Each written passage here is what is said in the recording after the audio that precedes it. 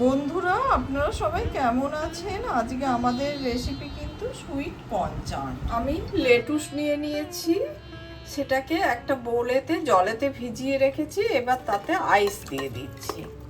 লেটুসটা আইস ওয়াটারে দিলে তবে একটা ক্রাঞ্চ ভাব আসবে।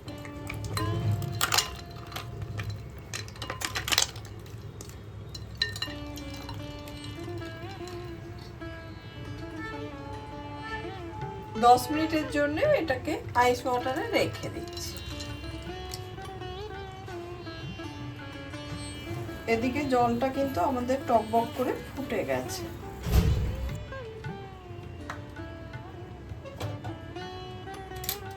ফুটন্ত গরম জলটা দিয়ে আমরা সুইট কর্নটাকে ধুয়ে নেব। আমি বাজারের প্যাকেটে কেনা সুইট কর্ন এখানে ব্যবহার করছি।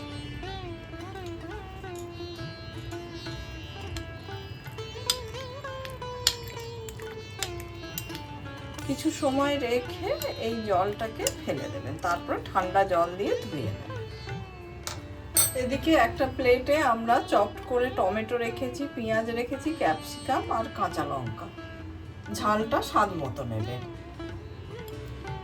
এবার সুইট কর্নটা যে আমরা ধুয়ে রেখেছি সেটা ঠান্ডা জল দিয়েও কিন্তু আরেকবার ওয়াশ করে নিয়েছি। তারপরে এখানে প্লেটে এবার ঢেলে নিলাম। এবার আমি কালি নমক দিয়ে দিচ্ছি।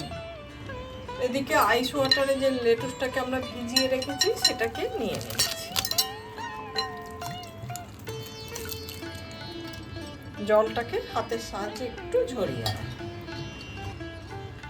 এবার আমরা লেটুসটাকে একটু ছোট ছোট করে কেটে দিচ্ছি।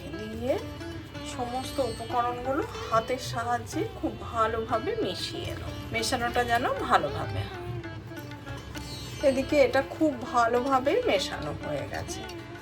এবার আমি এটাকে একটা বাটিতে তুলে নিচ্ছি।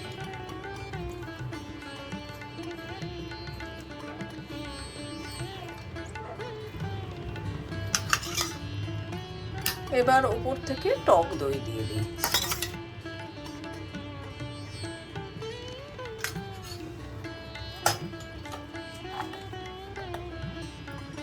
হোমমেড চাট মশলা দিয়ে দিচ্ছি। আপনি ইচ্ছে করলে বাজারে কেনা চাট মশলাও ব্যবহার করতে পারেন।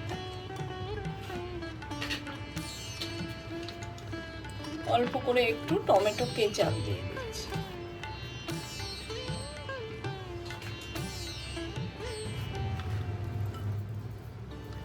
উপর থেকে কিছুটা বেসনের গাঁঠিয়া দিয়ে দিলাম, বা চানাচুর বা ঝুরি ভাজা বাড়িতে যা আছে তাই দিয়ে দেবেন।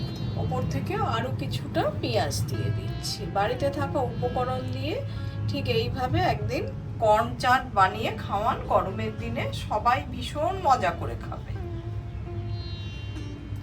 যদি ভালো লাগে লাইক, শেয়ার, কমেন্ট আর সাবস্ক্রাইব করতে ভুলবেন না আমার চ্যানেলটা। এইরকম নিত্য নতুন এই গ্রীষ্মের বিভিন্ন ধরনের চাটের রেসিপি কিন্তু আমি এবার শেয়ার করব আপনাদের সঙ্গে।